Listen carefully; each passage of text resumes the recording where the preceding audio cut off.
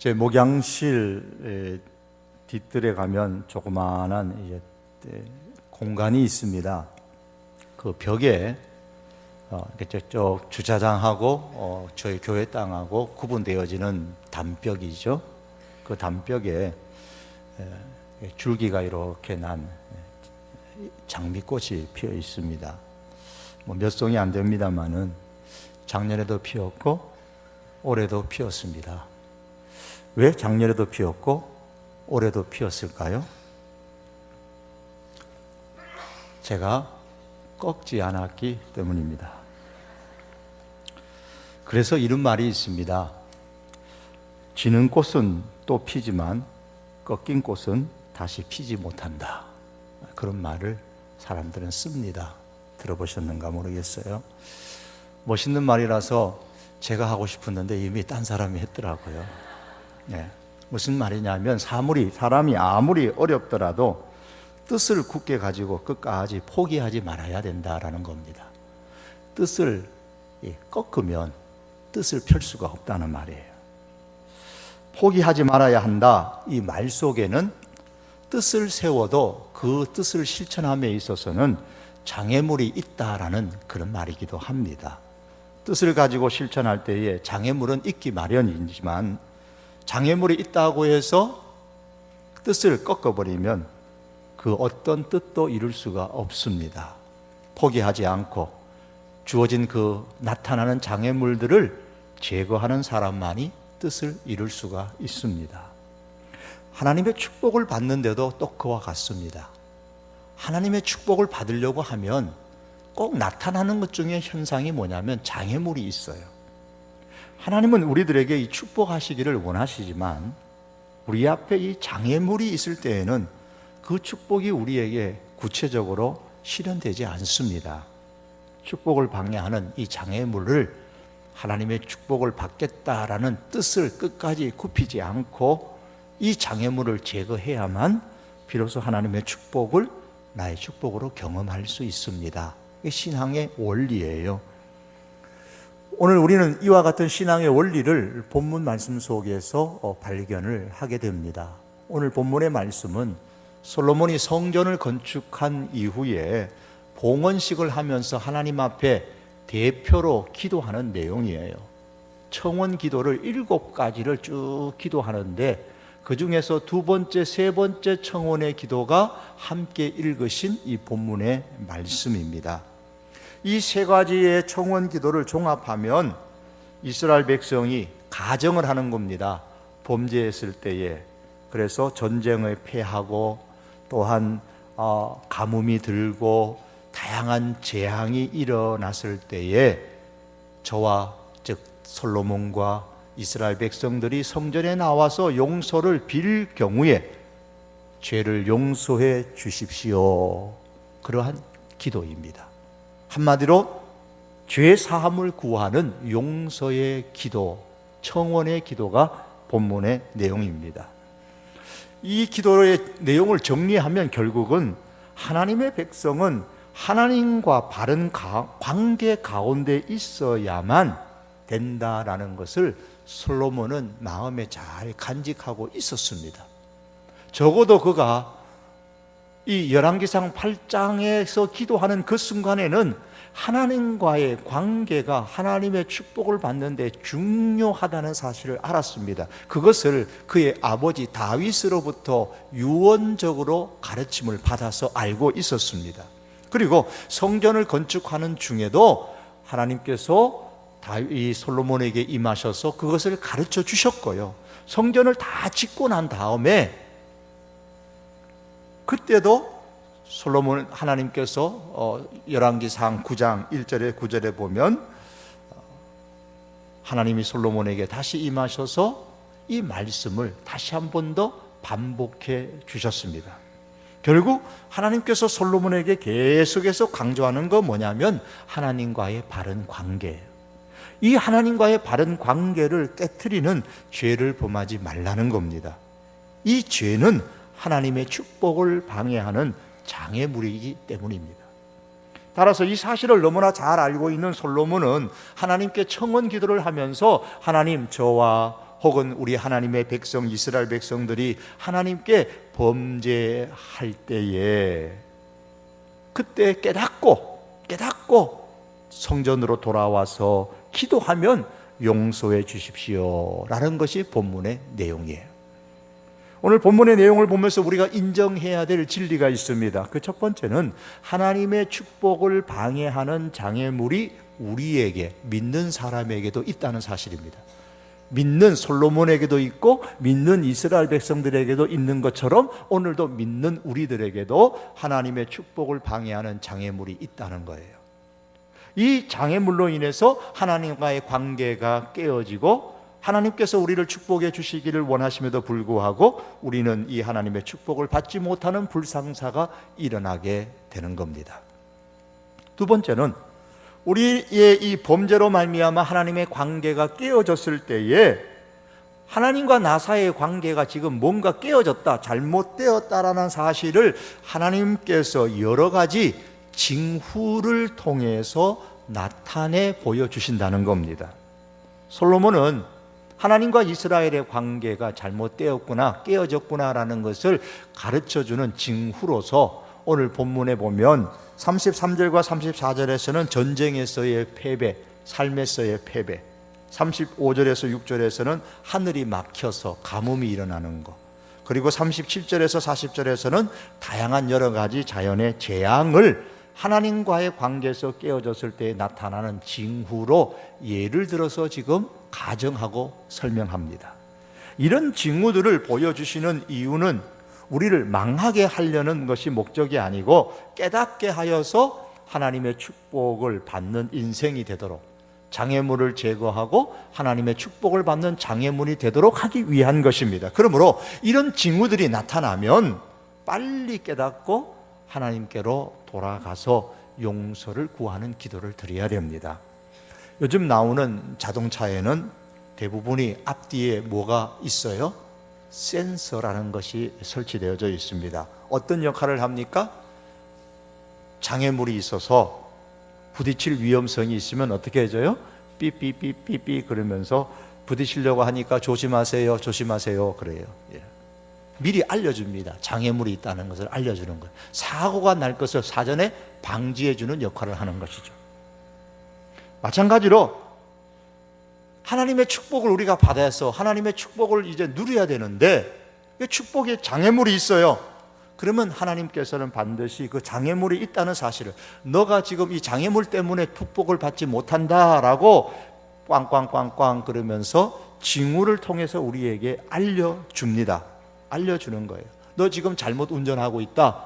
빨리 운전 바로 하지 않으면 사고 난다. 그렇게 삐삐삐 울리는 것처럼 너 지금 인생의 운전을 지금 잘못하고 있어.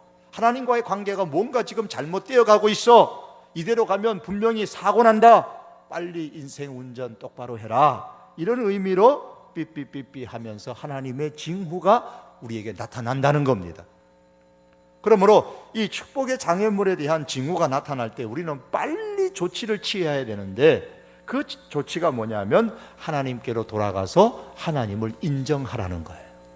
요즘으로 말하면 교회 빨리 가서 하나님을 인정하고 용서하는 기도를 하라는 겁니다.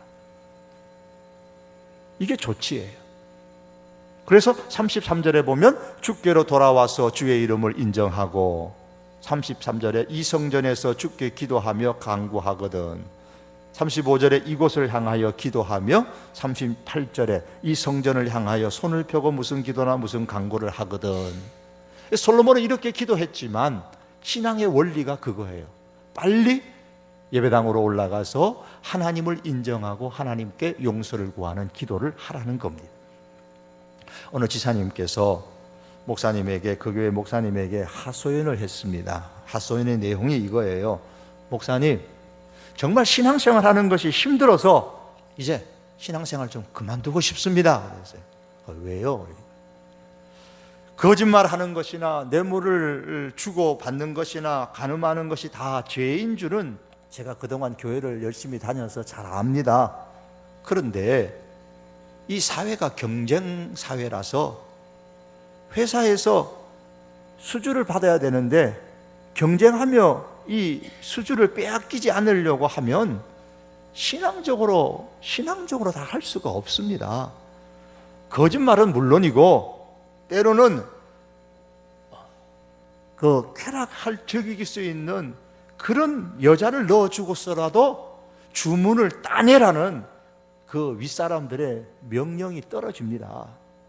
신앙 양심대로 하면 회사를 그만두어야 하겠는데 그러면 처자식은 어떻게 합니까? 내가 이번 수주를 놓치면은 우리 회사 공장의 근로자들도 할 일이 없게 되어서 놀게 되고 또 이 근로자들의 그 가정, 그 자녀들 참 힘들게 됩니다. 제가 10년 동안 넘게 교회에 나갔지만 한 번도 이런 문제에 대해서 제가 들어본 적이 없는데 어떡합니까? 무엇이 문제입니까? 우리가 세상 속에서 이와 같은 일들이 있는 건 압니다. 그런데 알지만 그걸 극복할 수 있는 힘이 없어요. 그것을 해결할 수 있는 지혜가 없어요. 그러면 그럴수록 우리는 하나님은 교회 안에서만 우리의 신앙을 주관하는 것이 아니라 세상 내가 하고 있는 그 일에도 개입하시고 주관하신다는 사실을 참으로 인정을 하고 우리는 교회에 와서 기도해야 합니다. 그리고 우리의 삶의 현장에서도 기도해야 합니다. 기도를 통하여서 신앙과 세상 일과의 괴리를 극복할 수 있는 힘을 얻어야 합니다. 기도를 통해서 신앙과 불신앙적인 세상의 일의 괴리를 극복할 수 있는 그런 지혜를 얻어야 합니다. 성도의 특권이 어디에 있는 것입니까? 하나님께 기도하여서 극복할 수 있는 힘을 얻고 지혜를 얻는 데 있는 것 아닙니까? 성도인 우리가 일주일 동안 사는 세상은 거의 대부분이 다 기독교 신앙을 대적하는 애굽의 바로가 있는 것과 같은 세상이에요. 하나님 예배하는 거 싫어하고 신앙생활하는 거 싫어하는 세상 속에서 우리가 직장생활하고 사업하고 자녀들을 키우고 학교를 보내고 공부를 하고 살아갑니다.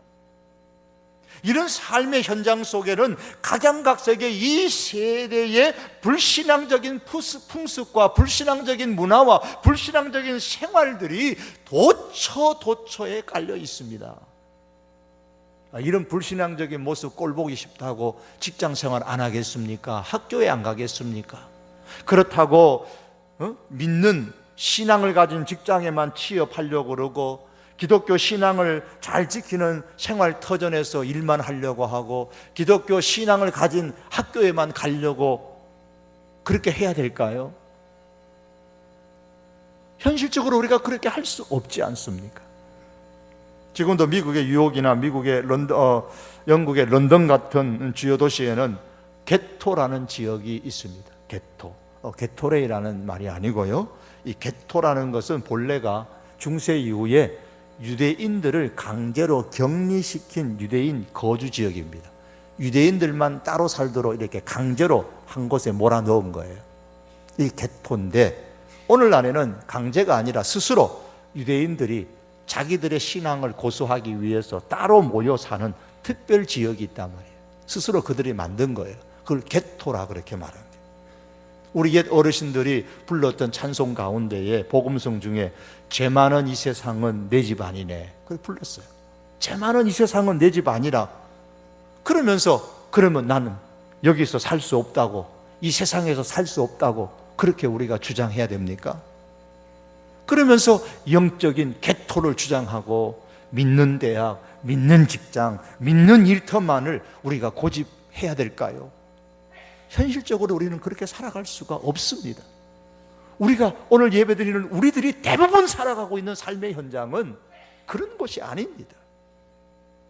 마치 구약 성경에 나오는 다니엘이 바벨론에서 있으면서 사방이 다 하나님을 알지 못하고 하나님을 대적하는 사람들이 우글우글거리는 속에서 살았습니다.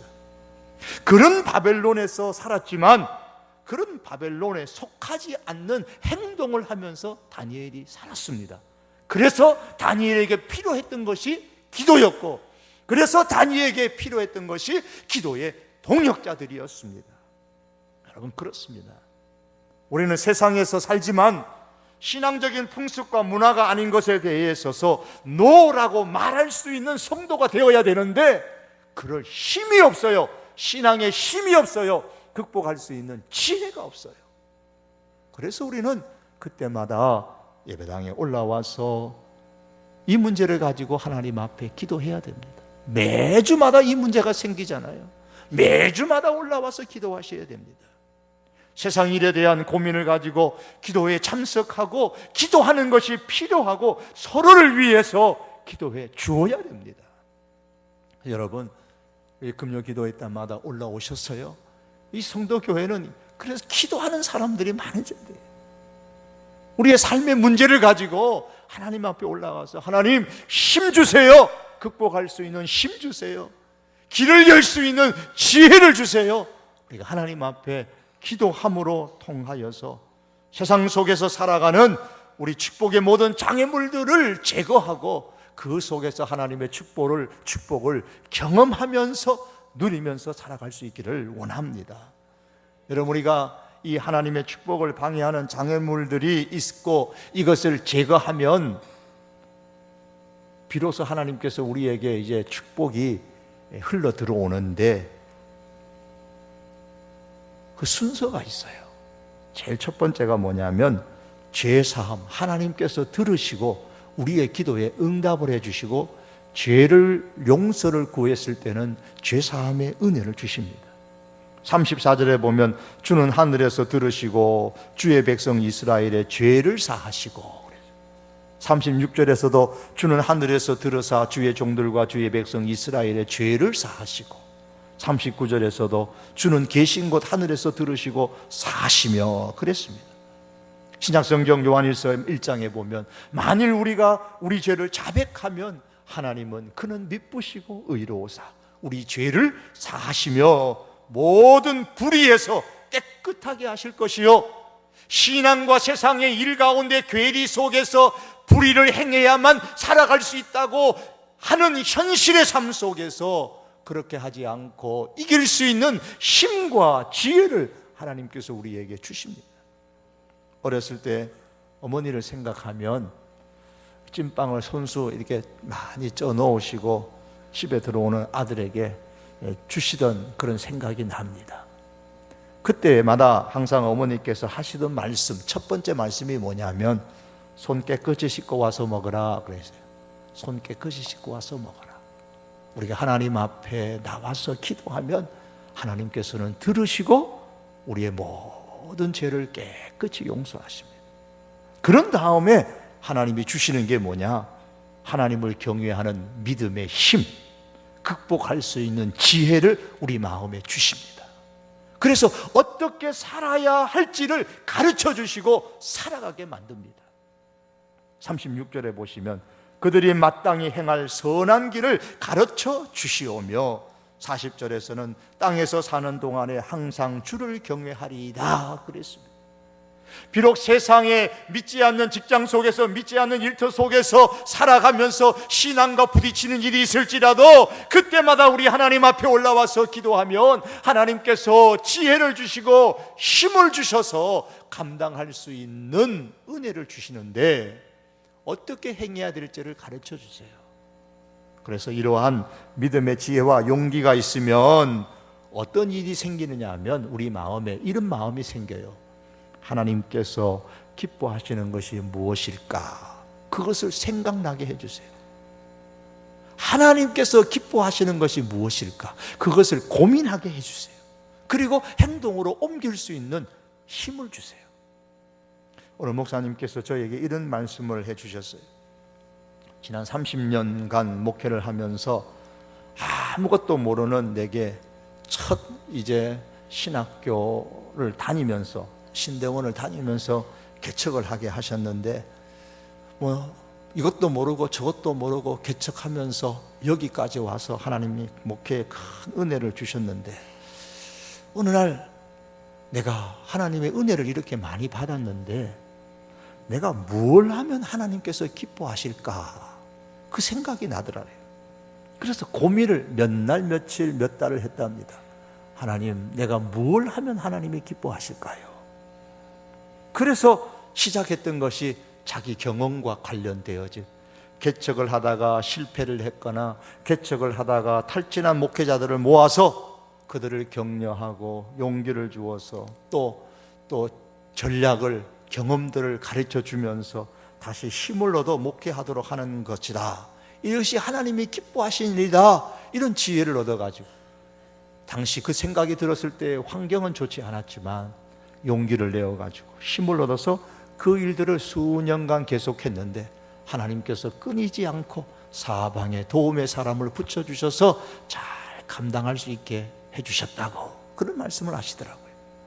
사랑하는 성도 여러분, 하나님께서 우리에게 축복을 주실 때는 축복을 주시기 전에 우리 마음에 먼저 믿음의 지혜와 믿음의 용기를 주셔서 하나님을 기쁘시게 하기 위해 내가 무엇을 하면 될까를 고민하게 하세요.